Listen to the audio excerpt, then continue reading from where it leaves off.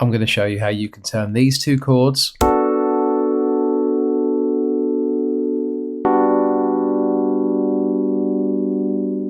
into this.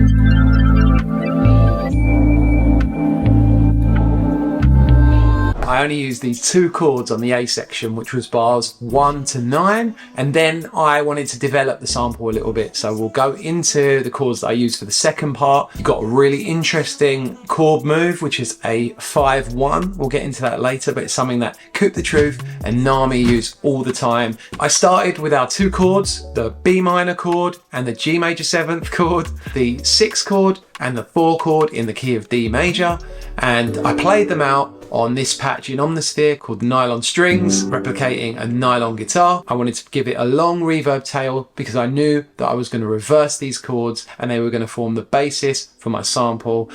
I copied these chords onto 2 more patches, the first of which was from the Sky Keys, and this was going to carry the main chords of the sample.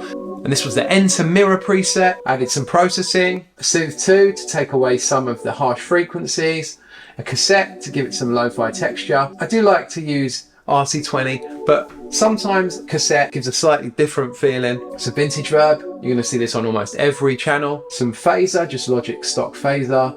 I know that Fruity Flanges does something kind of similar.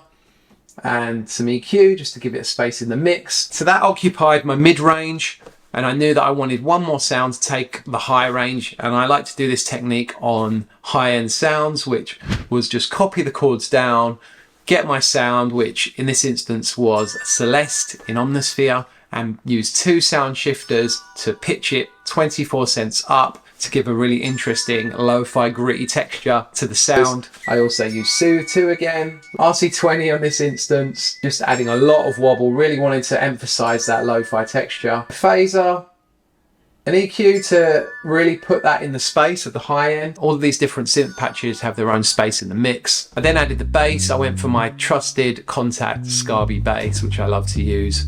I didn't just follow root notes on this bass line. I used a really interesting technique where I took the root note, moved a fifth away from the root note, that being an F sharp note. So it goes boom, boom. Then I moved a fifth away from that note, which is a C sharp, boom, boom, boom. Excuse my singing. And then back to the root note. Added a couple of little passing notes just to add fills. And again, all I'm using for these passing notes is the B minor pentatonic scale. So once I put the bass in, that formed the melodic elements of the sample.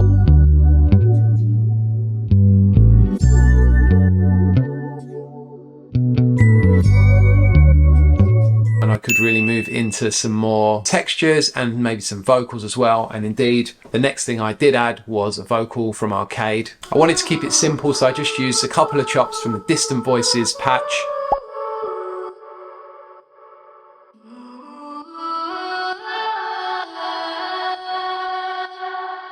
And then we were on to the textures and the percussions. So the first texture that I added was a more of an ambient texture that I created by copying my first chord in the progression down again from the nylon guitar. As you can see, I added Shaper Box using the Magic Groove preset, which you can find in the list of presets, a Valhalla delay on the dual slap shift, a vintage verb, and then an EQ to really just give that texture a space.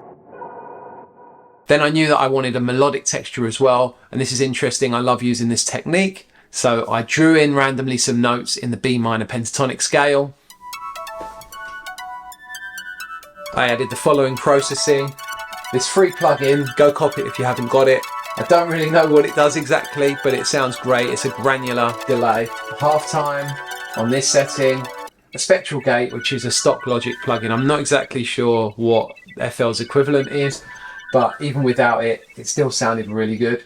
And then a phaser to finish off, and I bounced that to audio so I could control the grains and really just clip it in. Then I added some percussion in, just a couple of wood taps, wanted it to sound organic. not too loud in the mix, just to give the sample a little bit of momentum and movement. I flammed out these drums and panned one to the right, one to the left. And I also added some talking in the background at a really low level. I find this really adds a lot of emotion to a sample. So always add in maybe like some talking or rain or a forest, some kind of ambient textured sound.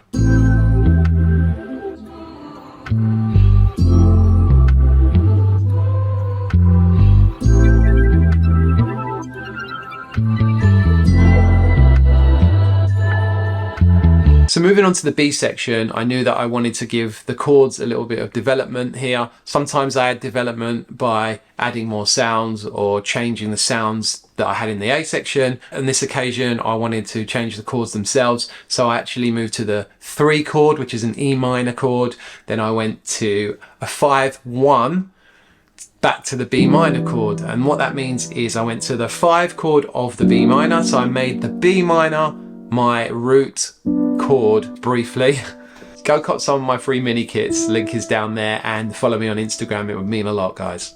The 5-1 is something that Coop uses all the time in his samples. It gives us a little bit of tension going back to that minor chord. So all I did for the outro was use those 3 chords. I reversed the nylon guitar, again, same chords that I used. For the bass, I just went for root notes here with a couple of B minor pentatonic fill notes dotted throughout. And in this section, my main sound came from the Sky keys, and it was the pointed glass patch. The only processing that I used here was cassette. I copied some of those melodic textures again, and the percussion was the same. As you can see, the lesson here is simplicity. We're just using a couple of sounds to take up all the different areas in the frequency range. You want to be aiming for maximum like 9 or 10 channels in your sample. Any more, there's going to be too much. Obviously, I'll bounce out all the WAV files for this and make them available when I put my packs together. And if you guys want to know some more about chord theory, check out this video right here after you've watched this.